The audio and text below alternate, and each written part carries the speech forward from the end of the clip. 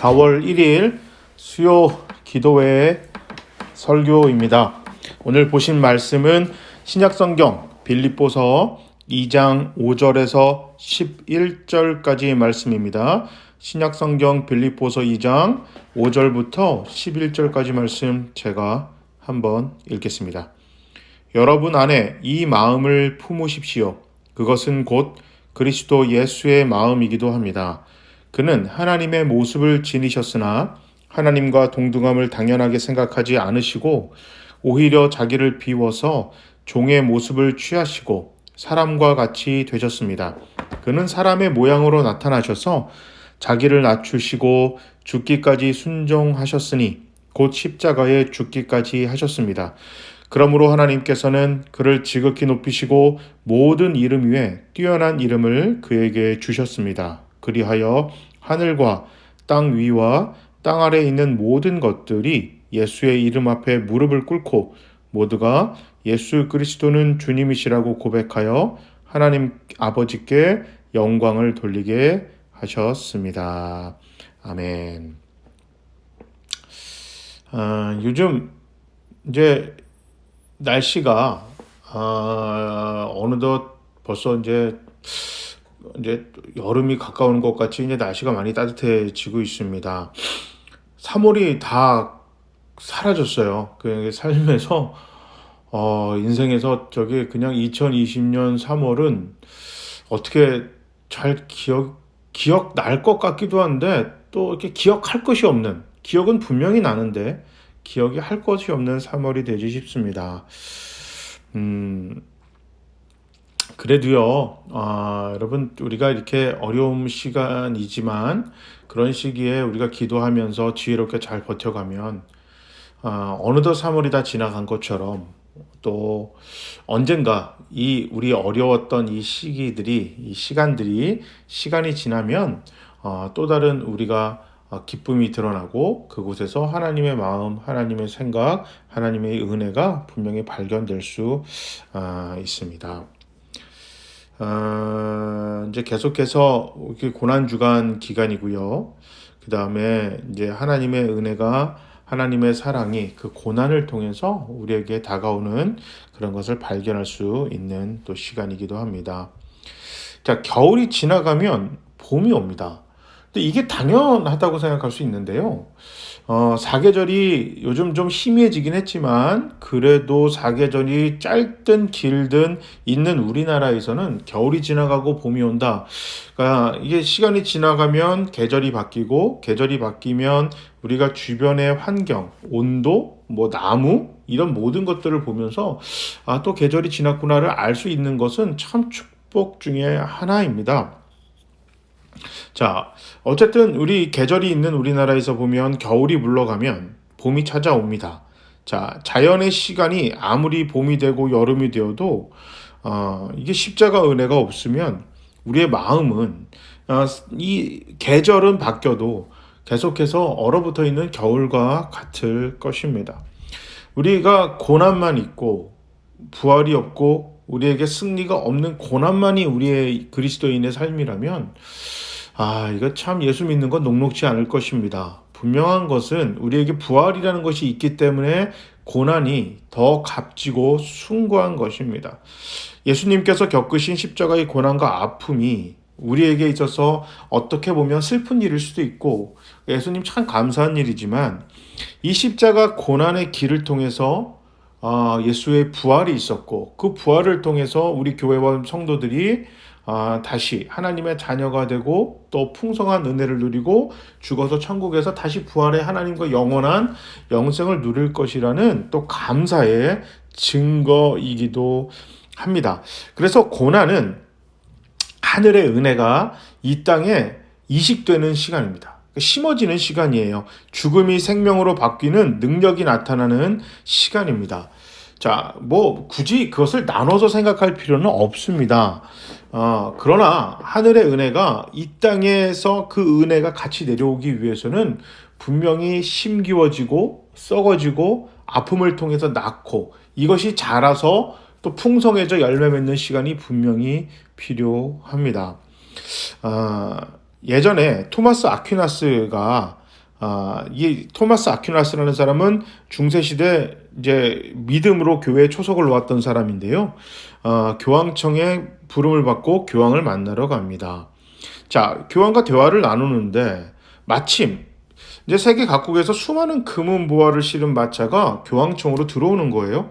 그래서 교황이 자랑스럽게 그 토마스 아퀴나스에게 이야기를 합니다. 저 보세요. 초대 교황이었던 베드로 사도는 금과 은은 내게 없다고 말했지만 이제 우리는 금도 은도 저렇게 많이 갖고 있습니다. 이렇게 자랑하면서 얘기를 합니다.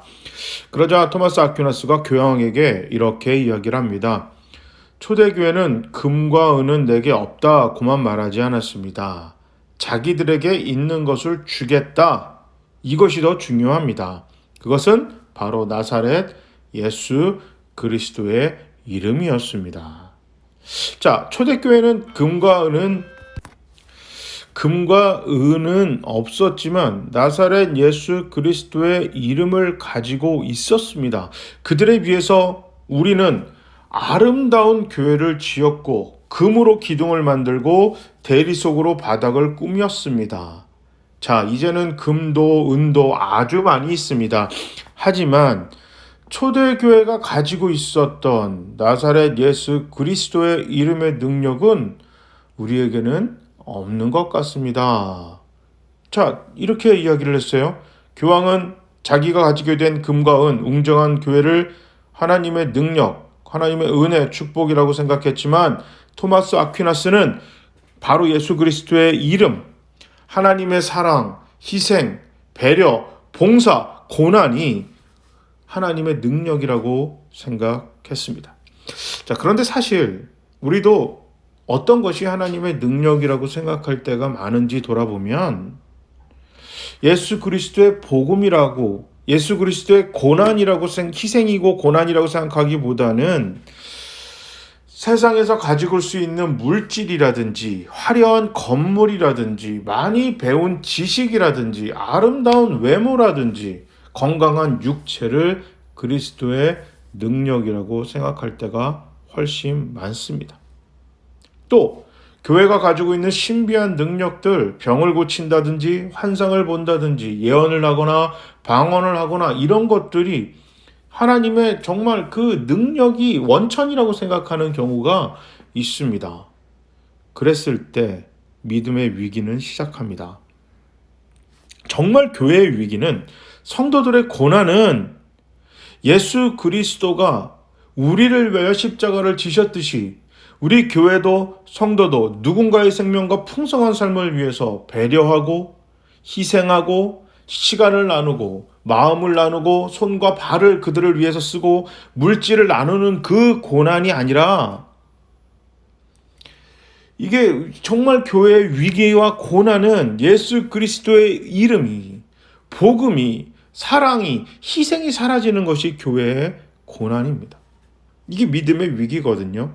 오늘 말씀을 보면 예수님의 이름은 모든 이름 위에 뛰어나셨고 그 모든 위에 뛰어난 건 하나님이 주셨다, 이렇게 했습니다. 세상의 모든 피조물들보다 더 영광받을 이름을 우리 주님께 주셨다, 이렇게 이야기하고 있습니다. 그러면서 오늘 본문 빌립보서 2장 9절에 보면 그러므로라고 합니다. 자, 모든 뛰어난 이름을 주셨는데 그러므로로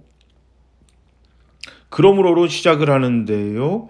이 말은 원인과 결과를 가지고 이야기하면 결과에 해당하는 말이죠. 그러니까 예수의 이름이 모든 이름 위에 뛰어난 이름이고 모든 무릎을 예수의 이름 앞에 꿇게 되는데 그 원인이 어디 있다? 6절부터 8절까지 있다는 것입니다. 그럼 6절부터 8절에 무슨 얘기가 나왔냐라고 제가 다시 한번 읽어보겠습니다. 자, 그는 하나님의 모습을 지니셨으나 하나님과 동등됨을 당연하게 생각하지 않고 오히려 자기를 비워서 종의 모습을 취하셨고 사람과 같이 되셨습니다. 그는 사람의 모양으로 나타나셔서 자기를 낮추시고 죽기까지 순종하셨으니 곧 십자가에 죽기까지 하셨습니다. 그러므로 이 6절부터 8절 때문에, 그래서 하나님께서는 모든 이름 위에 뛰어난 이름을 주셨다, 성경은 이렇게 이야기하고 있습니다. 자, 그런데 예수님이 이 땅에 고난받으셨던 것은 우리 사람들을 살리고 영광의 자리로 옮기기 위해서, 죄에서 구원하기 위해서 이 땅에 기꺼이 고난받으시고 십자가에 달려 죽기까지 그 일을 기쁘게 생각하고 감당하셨기 때문에 하나님의 영광된 이름을 주셨다고 성경은 이야기를 하고 있고, 5절은 어떻게 시작하냐면 예수님이 그 일을 감당하기를 기뻐하셨던 마음을 우리가 품어야 한다, 이렇게 사도 바울은 이야기하고 있습니다. 십자가에 죽으시기까지 우리를 사랑하신 예수 그리스도의 그 사랑의 마음이 우리 교회의 마음이 되어야 한다고 사도 바울은 이야기하고 있습니다. 우리가 생명을 얻고 하나님 보좌에 담대히 나아갈 수 있었던 건 그 마음이 있었고 그 마음이 현실이 됐었기 때문에, 십자가의 고난으로, 죽음으로 예수님이 그렇게 현실화하셨기 때문에 우리가 자녀가 되었고 교회가 되어진 것입니다.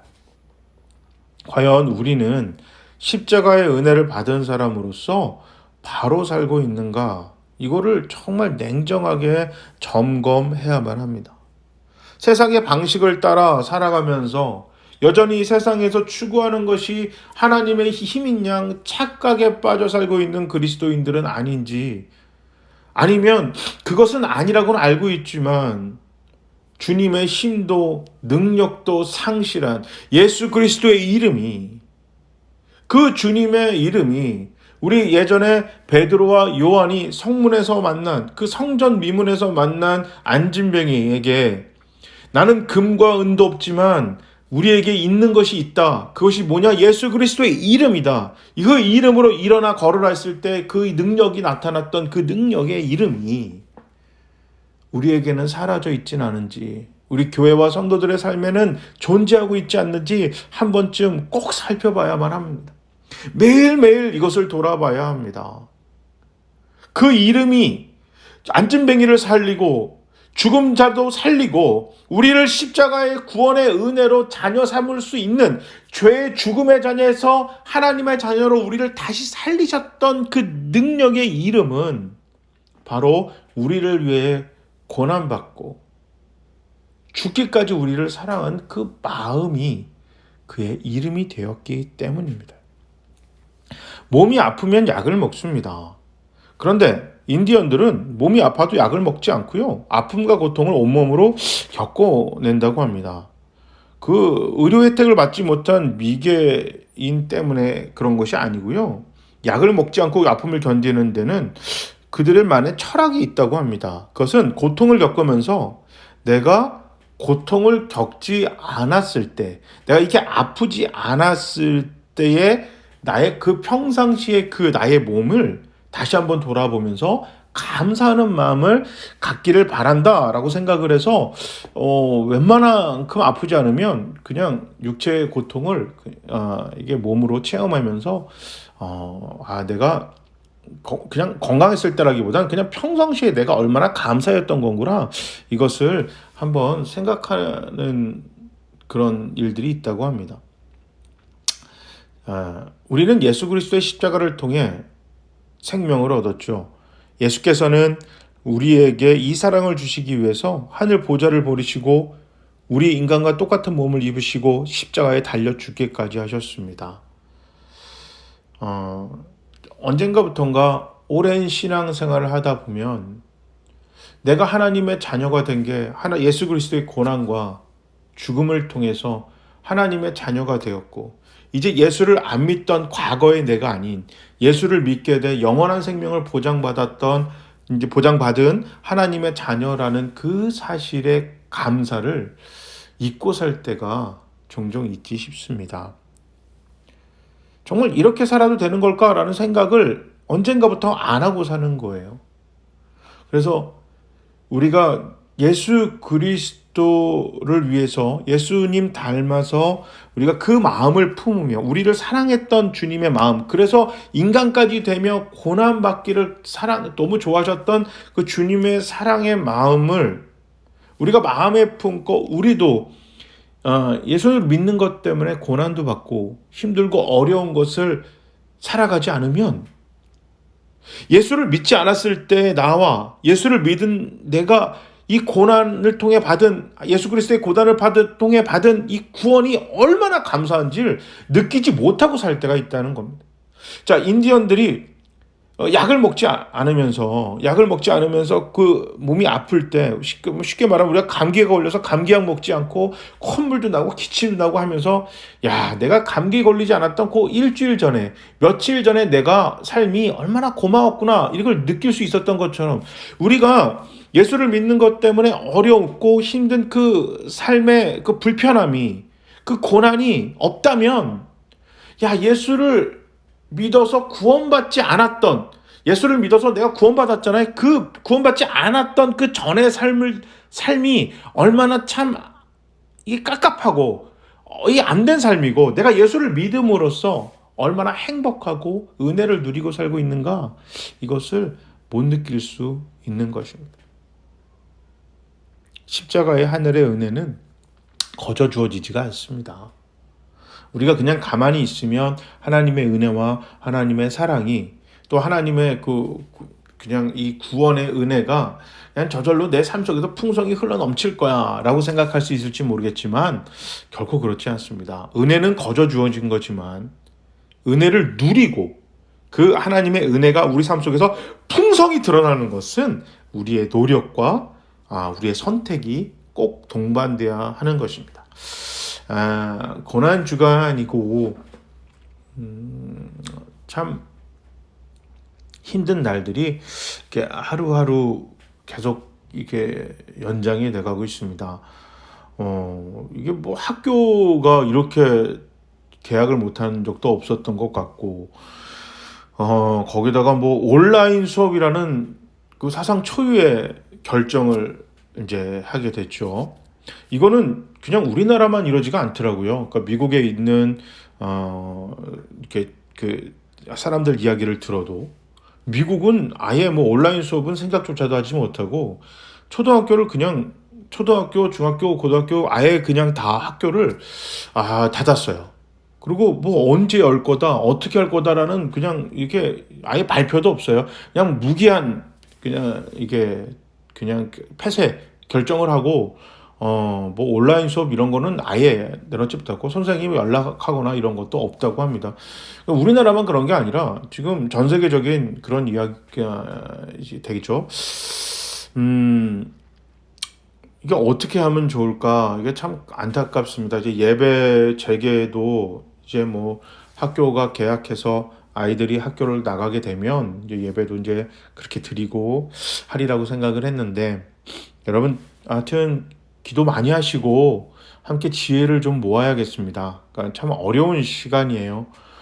고난 주간에 이거 진짜 이게 참 갇혀 있다라는 게 이게 자유가 없다는 게 참 답답한 거구나. 이거를 다시 한번 알게 됐어요. 그러니까 아무렇지 않게 학교를 가고 매일 새벽 기도를 예배를 드리고 수요일 날 우리가 모여서 기도하고 예배를 하고 주일마다 9시, 11시에 모여서 우리가 예배를 드리고 성경 공부를 하고 이런 그냥 평상시의 일상적인 우리의 삶이 얼마나 감사했던 것인지 다시 한번 깨닫게 되더라고요. 한 달간 예배도 못 드리고 온라인으로 예배를 드리고 뭐 요 앞에 잠깐만 나가더라도 마스크를 쓰고 움직여야만 하고 어디 갔다가 들어오면 무조건 손을 닦아야 되고 그 다음에 사람들 모이는 장소에 웬만하면 가서도 안 되고 아이들은 학교에 가지도 못하고 우리가 당연하게 생각했던 것들이 이 바이러스 하나로 인해서 당연하지 않는 생활이 되어버렸고 갇히는 그런 일들이 벌어졌잖아요. 하나님이 우리에게 갇혀있던 것을 풀어주시고 우리에게 자유를 주신 것이 이게 얼마나 큰 은혜고 감사한 것이고 우리가 하나님 앞에 정말 말도 못하는 그런 복을 받았구나 라는 것을 다시 한번 느껴지는 그런 한 달이었습니다. 여러분 이 고난 주간의 기간 동안에 여러분 그 감사를 다시 한번 느끼고요. 우리가 그냥 이게 참 어렵고 힘들다, 짜증난다라고만 생각하지 마시고, 아, 우리가 하나님의 그리스도의 은혜와 사랑을, 하나님의 그 고난과 십자가의 죽음을 통해 죽음으로부터 해방되고 자유함을 얻었잖아요. 그런데 우리가 다시 그리스도의 그 고난에 동참하여서 그 은혜를 누리고 그 자유를 우리의 삶 속에서 풍성하게 우리만 누리는 것이 아니라 다른 사람들도 그 자유함을 누리게끔 우리가 그 사람들에게 하나님의 사랑을 전하지 않는다면 우리 스스로도 갇혀있던 그 과거로 그냥 내가 그냥 스스로를 갇히는 거예요. 내가 나 스스로를 갇히고 교회가 교회 스스로를 문 걸어 잠그고 또 아직 그 자유함을 못 느끼는 사람들이 여전히 갇힌 그 사람으로 평생을 살아가게끔 우리가 방관하는 사람이 될 수가 있는 것입니다. 이렇게 뭐 사회적인 거리두기 이 할 때 어떻게 하면 복음을 전하고 사랑을 전할 수 있을지 우리 한번 고민해 보시면서 그래도 주변에 여러분 그 가족이라든지 또 회사 동료라든지 어쩌다 만나는 주변 사람들이 있다면 여러분 그 사람들을 배려하고 충분히 친절하게 하시고 어떻게 하면 사랑을 전할 수 있을까 이걸 가지고 좀 고민해 보시고 함께 하나님의 은혜를 누릴 수 있는, 그래서 이 바이러스 문제가 코로나19 문제가 끝나가지고 우리에게 자유가 주어졌을 때 하나님의 사랑을 어떻게 더 전할 수 있을까, 더 많이 은혜가 풍성하게 흘러넘칠 수 있기를 간절히 바라는 저와 여러분이 되시기를 주님의 이름으로 축복합니다. 아멘.